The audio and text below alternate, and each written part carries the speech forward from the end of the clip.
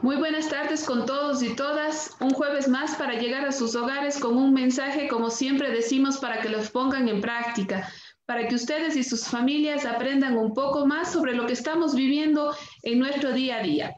La tarde de hoy con un invitado, como siempre, especial y con mucho cariño, pues doctor Carlitos, estoy gustosa de que nos haya aceptado nuestra invitación para participar en nuestro encuentro de los jueves con nuestros pacientes y la comunidad. Está con nosotros el doctor Carlos Terán Puente.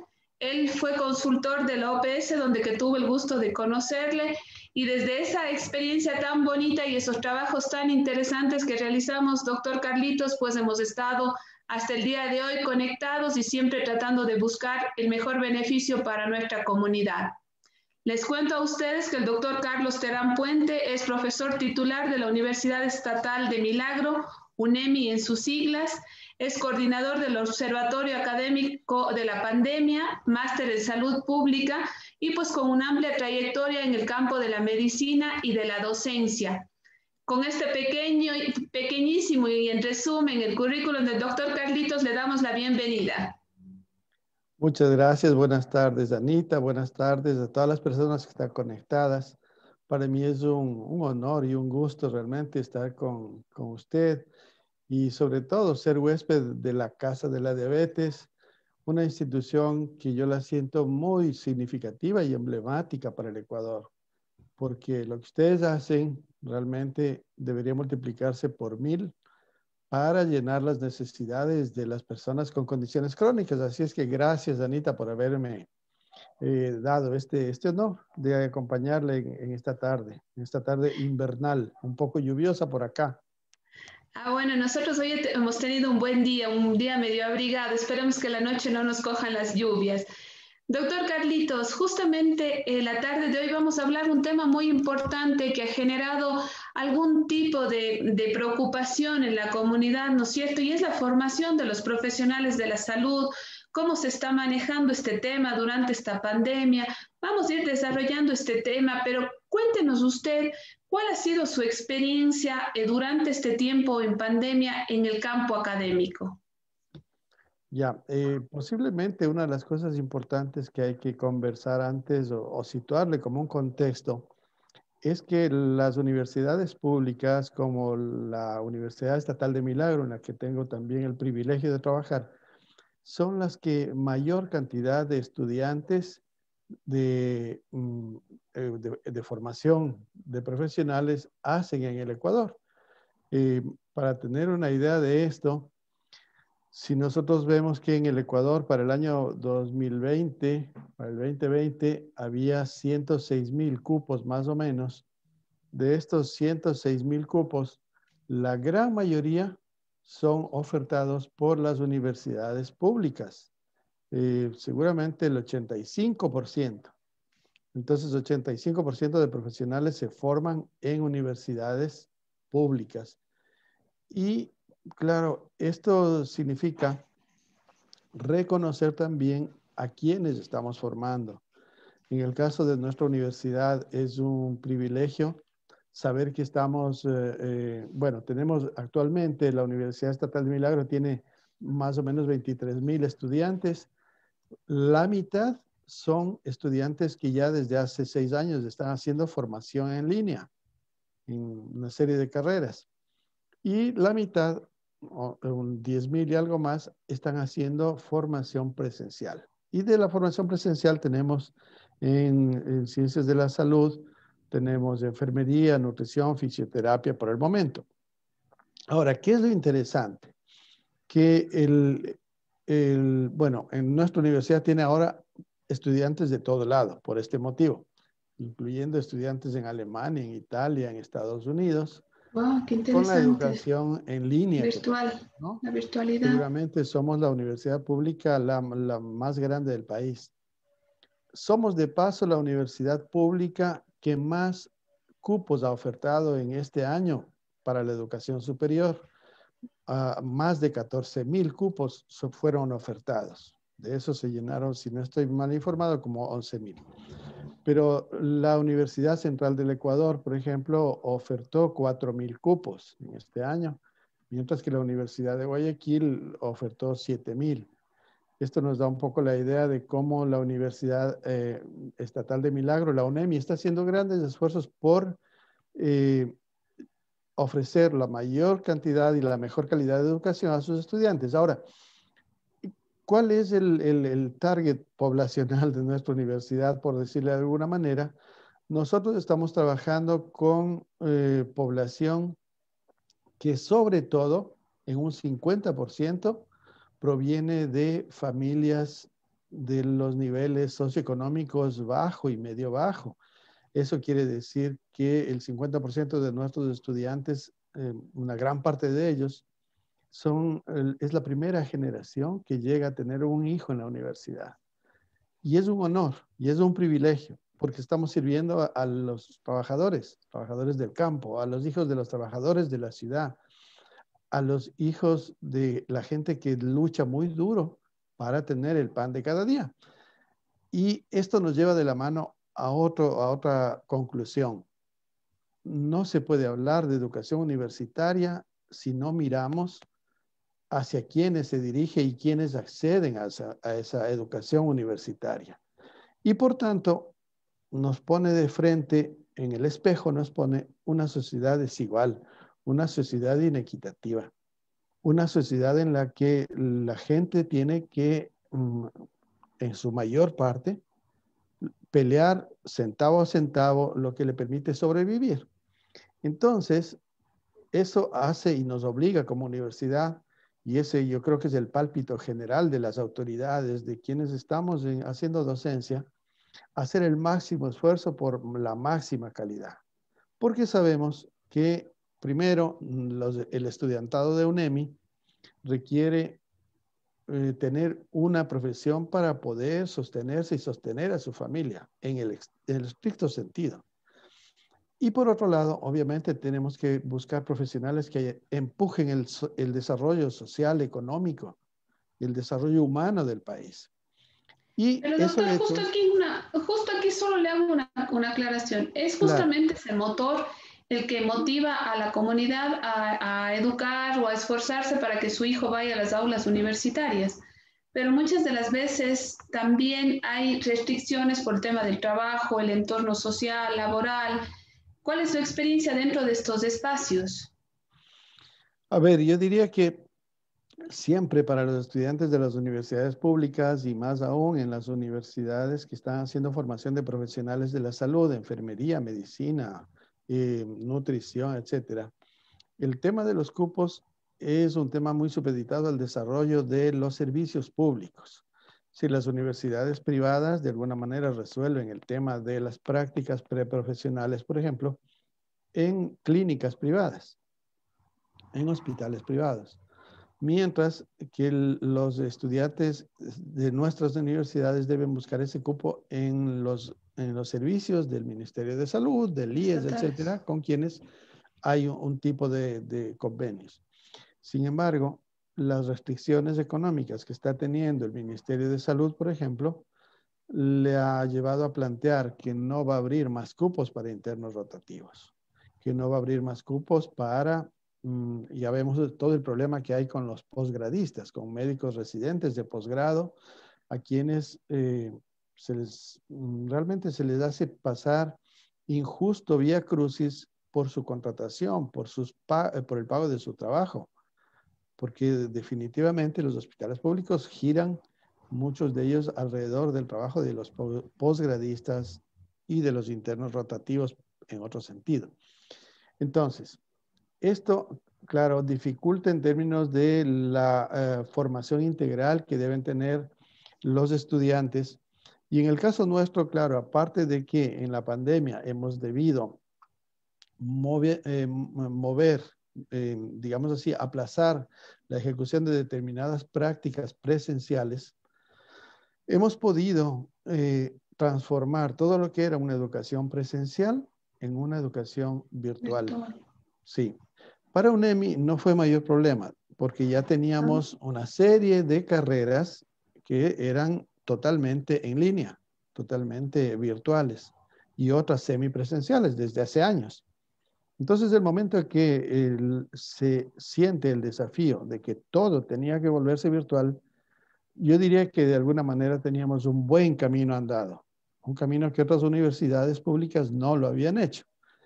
Eh, Sí, de, y eso es importante porque, por ejemplo, aquí les ha costado mucho a algunas instituciones y por nuestra relación con la academia, hemos visto que, bueno, la adaptación, la formación al profesional, porque el profesional de salud también tuvo que formarse para, el docente tuvo que formarse para este nuevo sistema, ¿no? Para la virtualidad, para los accesos a las plataformas, para todo este tema y también lograr esa coyuntura con el estudiante, esa empatía, podríamos decir, porque los estudiantes ahora tienen unas actitudes un poco más ligeras, ¿no es cierto? Estamos de la mitad para arriba bien bonitos y de aquí todavía con ropa de dormir.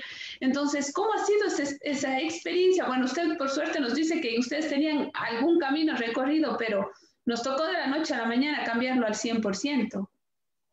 a ver, desde el punto de vista personal, para mí este ha sido un aprendizaje muy interesante y sigue siendo un aprendizaje. Estamos aprendiendo a tal punto que muchísimos de los ejes que tuvimos en el semestre anterior, como que era el primer semestre en pandemia, ¿no es cierto? Desde abril, mayo hasta septiembre,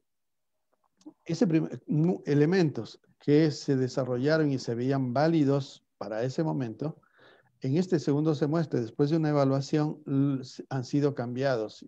Y lo que eran, por ejemplo, clases asincrónicas, es decir, clases en las que el estudiante podía chequear lo que había pasado en una clase sincrónica, dada en tiempo real, eh, se vio que no tenían la efectividad que se esperaba. Y en este semestre se modificó eso. Y creo yo que vamos a seguir teniendo modificaciones. Y claro, lo que usted dice, Anita, es verdad. Es decir, esa sintonía del profesor con sus estudiantes, que hace poco era cara a cara y que podía ser muy viva porque, claro, interviene mucho más que una presencia en pantalla, es un desafío que a uno le toca ir aprendiendo. Entonces, claro, cada uno de nosotros sabe que si en una clase tuvo 80% de estudiantes presentes, ese es un porcentaje que debe subir, que no debe bajar.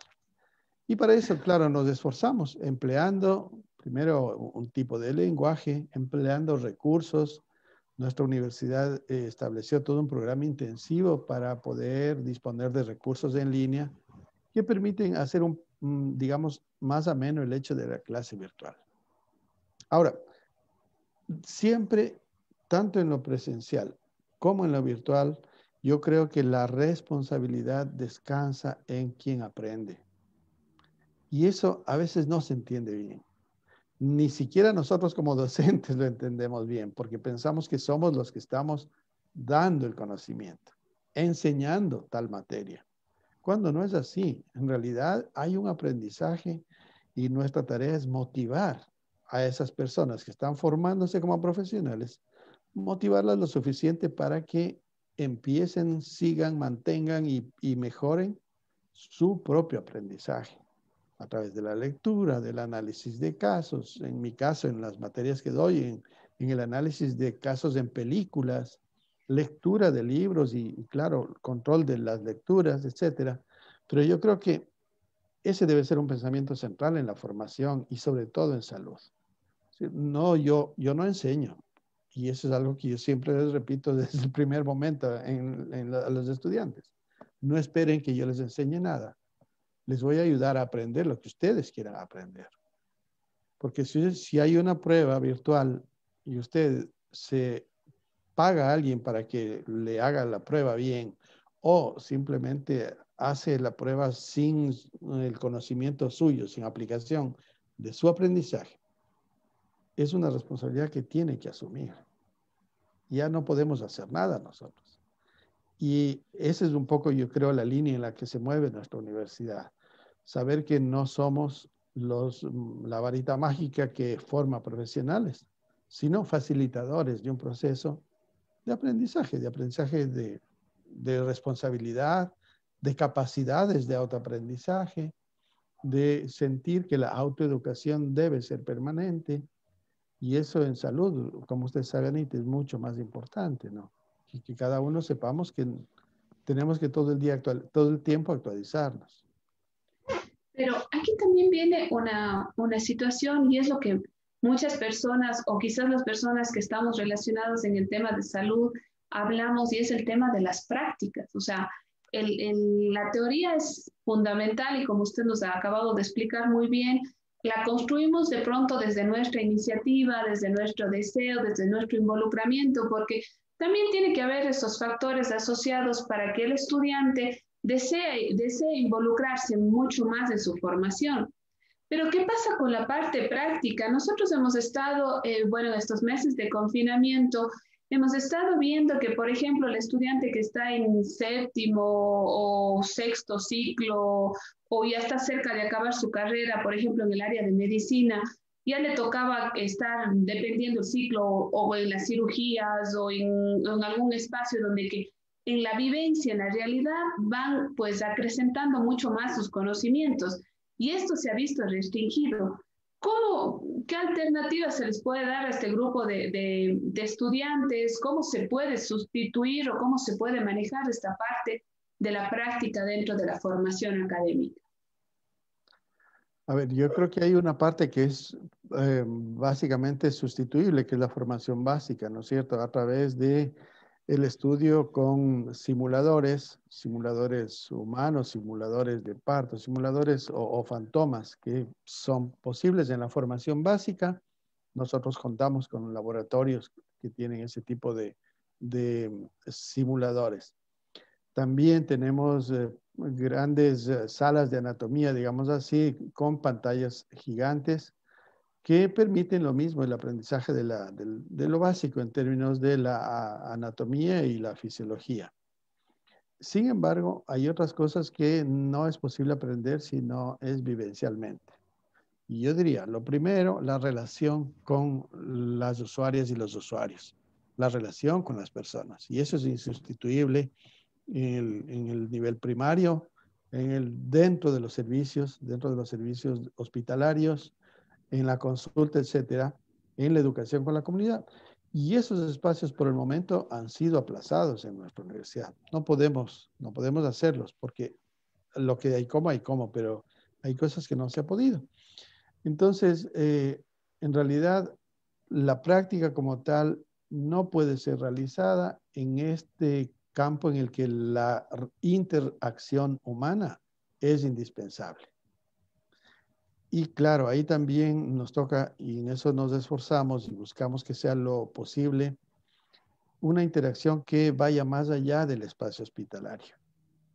Una interacción en la que el personal y el personal de apoyo, que tenemos los coordinadores de práctica, coordinadoras de práctica, etcétera, que proyecten un tipo de relación no biomédica hospitalística o hospital céntrica, sino un tipo de formación mucho más centrada en los usuarios, en las necesidades de las personas, en las necesidades, incluso, como hace un rato comentábamos con usted, esas necesidades que van a más allá de la receta o de la administración de un medicamento y que tienen que ver con preocupaciones humanas frente a los problemas de salud, ¿no? Entonces, en eso nosotros lo que nos planteamos entonces es mantener esas prácticas de lo posible, aplazar hasta que haya condiciones en otros casos, pero claro, yo creo que este es un periodo en el que no todo el mundo ha podido hacer y cumplir con lo que se había proyectado, ¿no? Se tendría proyectado. En el caso de los estudiantes, yo diría las prácticas preprofesionales, sobre todo de nivel superior, se han seguido dando. Hubo un primer momento en el que el ministerio planteaba, claro, un poco de arréglense como puedan, porque no daban ningún tipo de elementos de bioseguridad a los internos, por ejemplo. Nuestra universidad inmediatamente proveyó de esos servicios, de esos elementos de bioseguridad para que los estudiantes sigan con su práctica, no paren ni un día en su práctica y sigan cumpliendo adecuadamente y logrando las metas en su aprendizaje, ¿no? Específicamente en internado rotativo. Qué interesante saber esto y saber que es posible que de alguna u otra manera los estudiantes tengan estos espacios presenciales de relación con la comunidad. En las áreas de psicología, como es la mía, por ejemplo, siempre digo que la interacción, el interactuar con el paciente, el saber cuál es su lenguaje simbólico, el manejo de sus manos, el manejo de sus actitudes, cómo se sienta, si es que está inquieto, a nosotros nos dice mucho para poderlo analizar y hacerlo a través de una pantalla nos ha costado un poquito, hemos tratado de irnos adaptando para poder llegar a atender de una manera adecuada al paciente, pero bueno, esperemos que esto vaya mejorando. Pero lo importante es saber que dentro del espacio de la universidad pública, de la parte pública, se están dando estas opciones, como usted bien lo dice, de la educación virtual. En el tema de la virtualidad, ¿no es cierto? La experiencia de ustedes ha sido muy buena. Quizás esta misma experiencia se ha replicado en otros espacios. ¿Cuáles han sido las dificultades? A ver, yo diría que por un lado, claro, nosotros como docentes y la universidad como tal puede ofrecer y proponerse todo el trabajo virtual, ¿no es cierto? Tenemos plataformas que están ayudando a eso, pero el tema es la contraparte. Es decir, una gran cantidad de estudiantes que seguramente, y estoy hablando en general, abandonaron los estudios en las escuelas, en los colegios y me imagino que en la universidad, porque no tienen la conectividad ni tienen los instrumentos para conectarse. En el caso de la Universidad Estatal de Milagro, al inicio del proceso del semestre anterior, el primer semestre en pandemia, la universidad se preocupó y levantó un censo para poder dotar de los instrumentos de una tablet para la conexión y de conexión pagada por la universidad para aquellos estudiantes que no disponían de ello. ¿Ya? Y obviamente se logró seguramente cubrir para que no haya deserción. Y eso, claro, es de un gran impacto y de mucha utilidad para todos los estudiantes y las estudiantes que accedieron y que todavía están accediendo a este apoyo que la universidad destinó. Sin embargo, entendemos que para muchos sigue siendo una dificultad, ¿no es cierto? Creo que eso es mucho más significativo en las escuelas y en los colegios en el país. Y es una pena que de lo que yo estoy oyendo ahora el Ministerio de Educación para escuelas y colegios esté diciendo que ya desde enero tienen que regresar los profesores a trabajo presencial.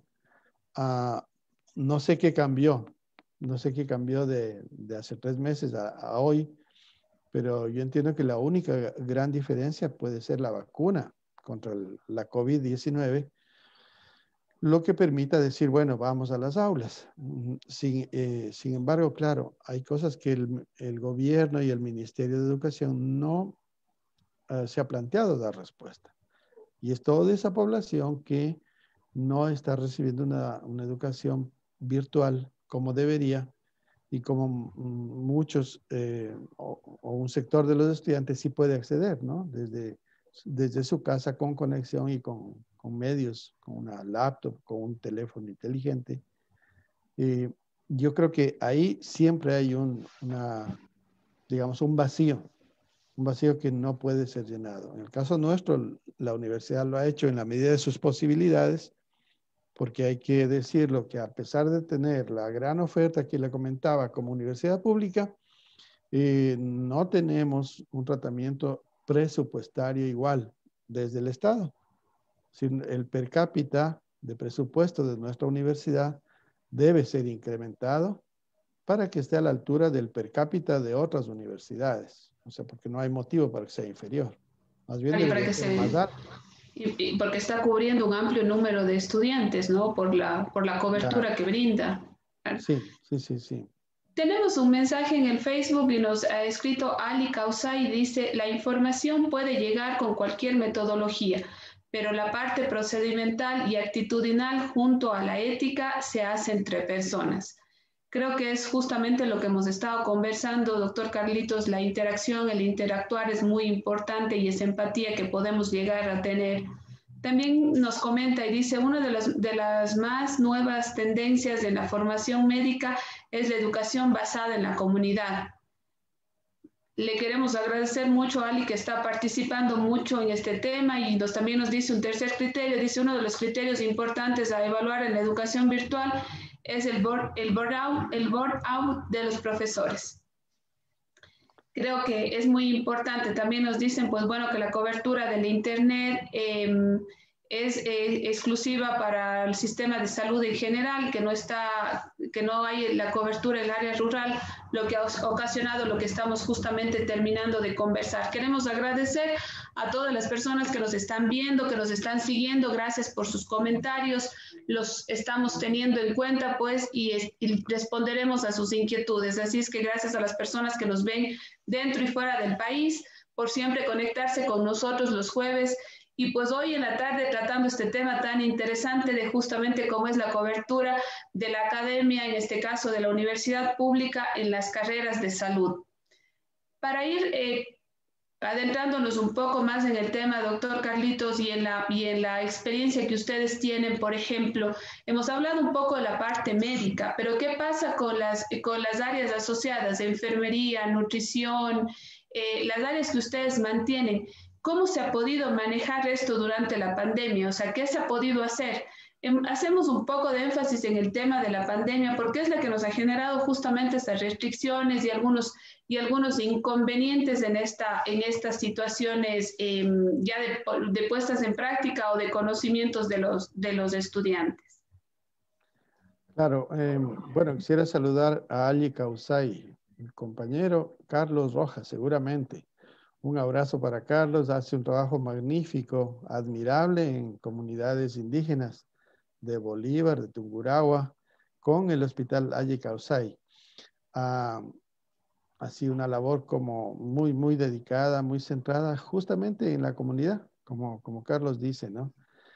Y coincidimos totalmente, porque es lo que decíamos, hay una formación básica que el estudiante puede hacer guiado con los recursos, guiado por el profesor facilitador, pero hay la otra parte que solo se puede aprender en la comunidad. Entonces, claro, en términos de lo que se ha hecho en nutrición, en enfermería, en fisioterapia, prácticas que se pueden realizar guardando el distanciamiento físico se han mantenido, ¿sí? Y eso también es un aprendizaje.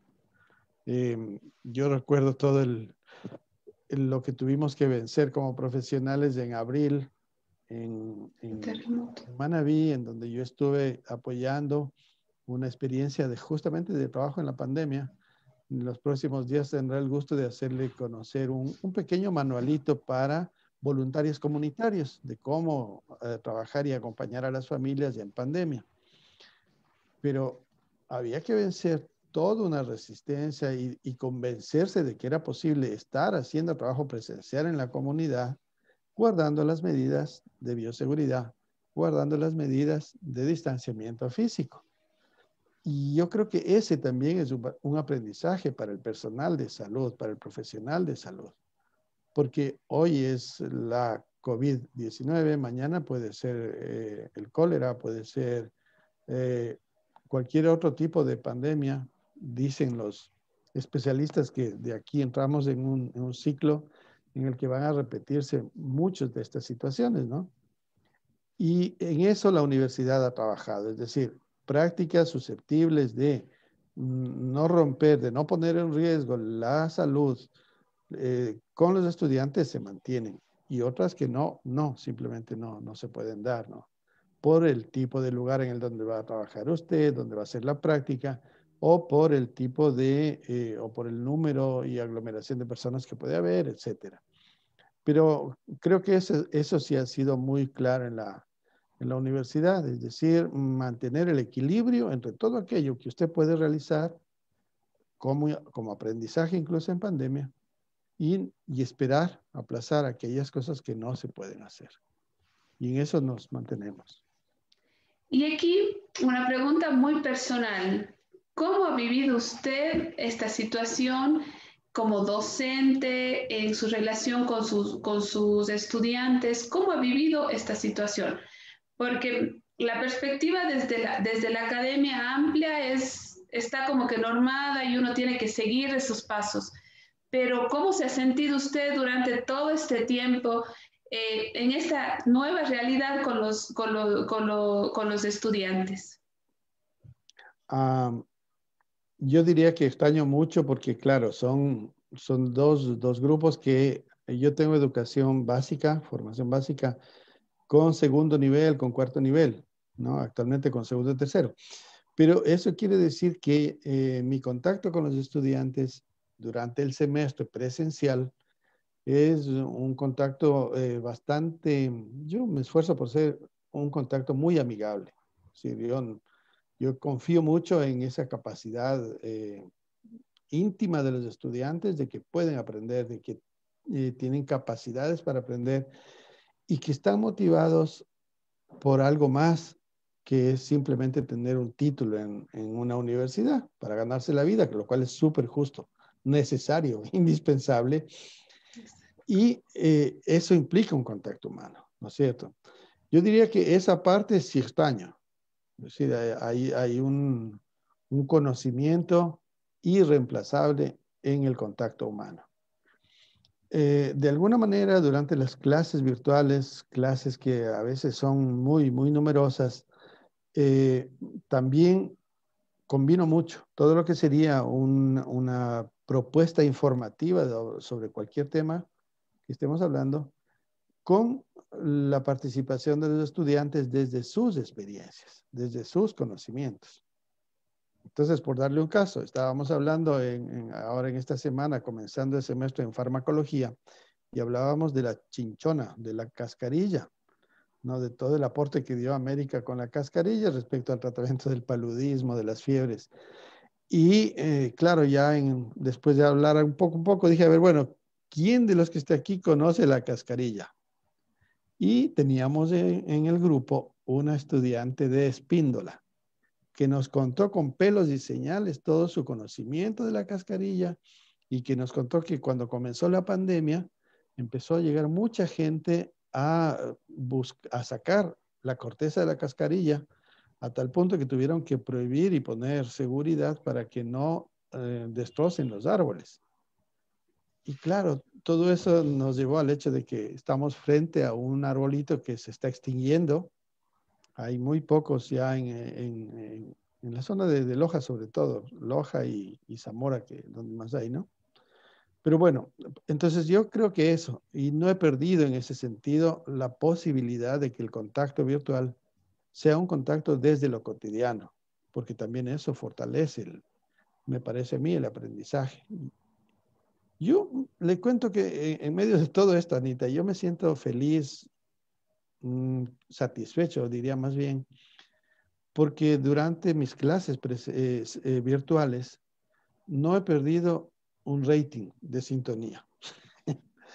Porque claro, si es que en nuestra universidad los estudiantes tienen posibilidad de hacer la clase en tiempo real, y si no pudieron porque se fue el internet o porque no había luz, o que sea, pueden esa misma clase verla y asistir a esa clase posteriormente en diferido. Entonces, claro, uno diría, bueno, está bien, si se conecta un 10%, un 20%, ya el 80%, que en el caso de nuestra universidad estamos valorando el hecho de que el estudiante se conecte y siga su clase en tiempo real o diferido, o sincrónico o asincrónico, como se diría. Pero yo creo que mi rating sí está por encima del 80% en todas mis clases en tiempo real. Y eso me llena de satisfacción, me llena de Qué, satisfacción. qué bueno. Y en el tema de la evaluación, ¿cómo se evalúa en la virtualidad? En el caso de nuestra universidad llevamos un sistema de evaluación combinado. Es decir, la gestión de los estudiantes se evalúa a través de tareas. Ahí sí tenemos un trabajo más o menos los profesores evaluando esas tareas. Se evalúa con tests, además del examen que se da a medio semestre y a fin de semestre, con tests que van evaluando. En mi caso, por ejemplo, centro los tests en la ejecución de determinadas actividades, entre comillas, prácticas. Porque, por ejemplo, en el caso de farmacología, en el caso de bioética, ¿qué es lo que tienen que resolver, discutir o llegar a conclusiones? Son casos clínicos. Entonces, yo he elaborado tests más bien que hablan de control de lectura, de control de la ejecución de casos, que tienen que ser realizados virtualmente en un tiempo muy cortito y en una determinada periodicidad que tampoco es larga. Luego tenemos también otro tipo de participación para evaluar aprendizajes, que es foros temáticos en los que los estudiantes tienen que responder a determinado tema con documentación científica, ¿no? Con referencias bibliográficas, y también eso colabora y es valorado. También tenemos dentro de estas modalidades el examen, un examen ya de conocimientos que también es realizado virtualmente. Desde antes ya lo hacíamos así nosotros.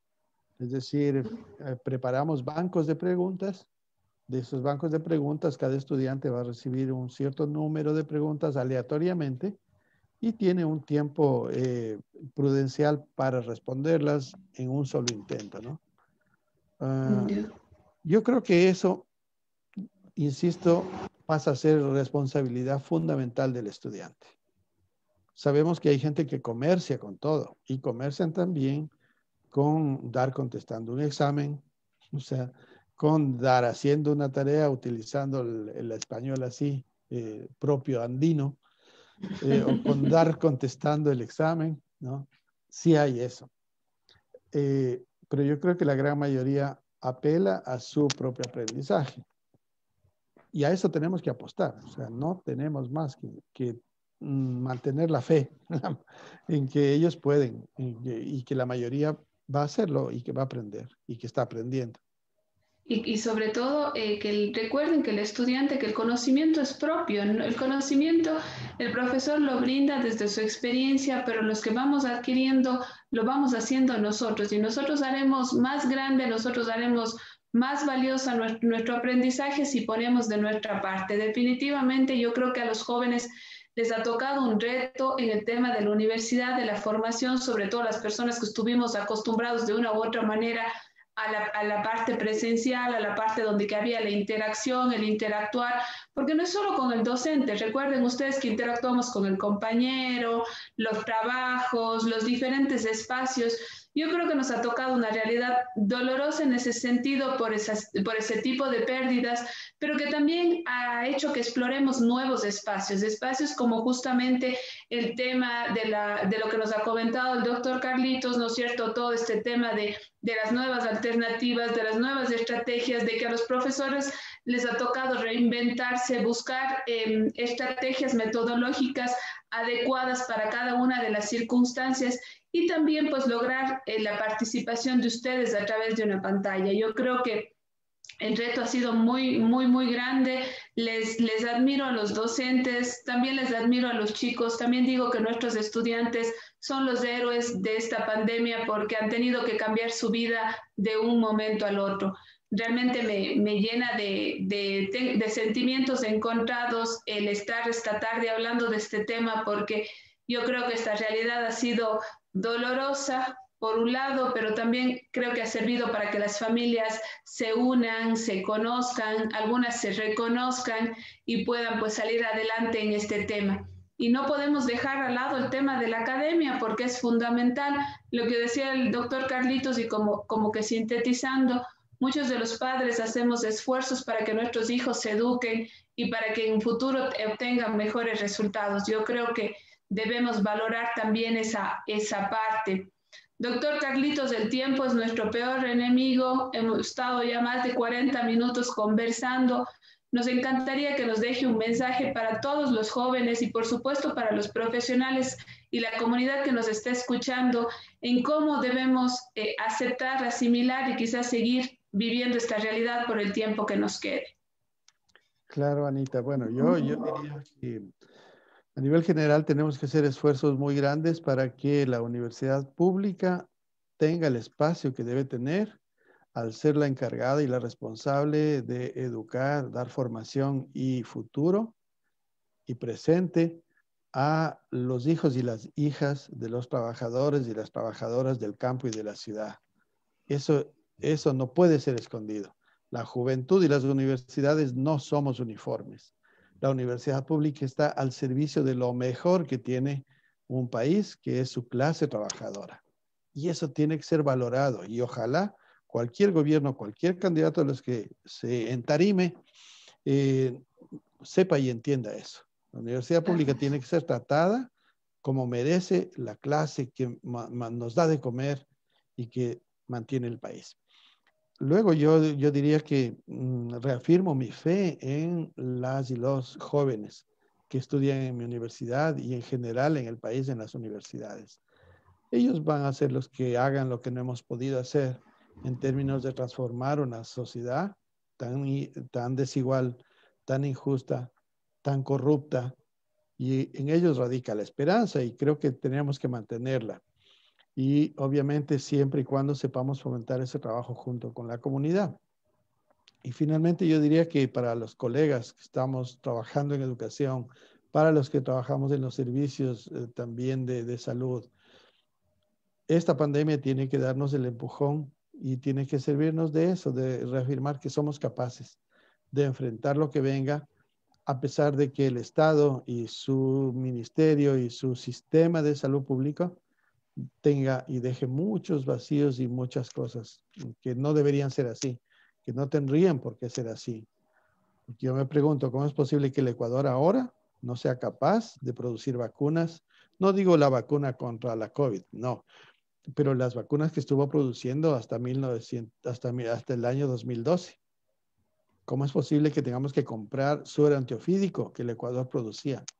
¿Cómo es posible que no tengamos un sistema epidemiológico confiable? Que hasta 2012 lo teníamos y lo veníamos construyendo y con muy buenos técnicos respetables. Entonces, bueno, yo creo que a pesar de eso nos toca estar adelante. Y muchísimas gracias, Anita, por esta invitación. Ha sido un honor y un gusto realmente compartir esta entrevista. No, muchísimas gracias a usted por su tiempo. Hemos sacado un espacito de su agenda y justamente de sus clases para poder llevarles a ustedes esta visión nueva y diferente de lo que hemos vivido durante este tiempo desde la academia, desde la universidad pública, que es importante que todos la conozcamos. A veces nos decidimos hablar ya de la salud o de la enfermedad propiamente dicha, pero la formación es muy importante y yo creo que también debíamos tomar esto para aclarar muchas dudas e incógnitas que tienen ustedes en su día a día. Les quiero agradecer por habernos regalado este tiempo, por haberse dedicado a escucharnos. Recuerden que ustedes pueden volver a escuchar este conversatorio en nuestro canal de YouTube, que se lo subirá de inmediato, o si no, poderlo seguir viendo en nuestras redes sociales. Recuerden también que en la Casa de la Diabetes estamos para atenderles en un servicio integral para el control y cuidado de su patología, en este caso de la diabetes, y pues para también apoyar el óptimo cuidado y control de cualquiera de sus patologías dentro de sus hogares. No dejen de seguirnos en www.casaladiabetes.org.es. Estaremos gustosos de vernos el próximo jueves con un nuevo tema. Hasta pronto, una buena tarde a todos. Gracias, Anita.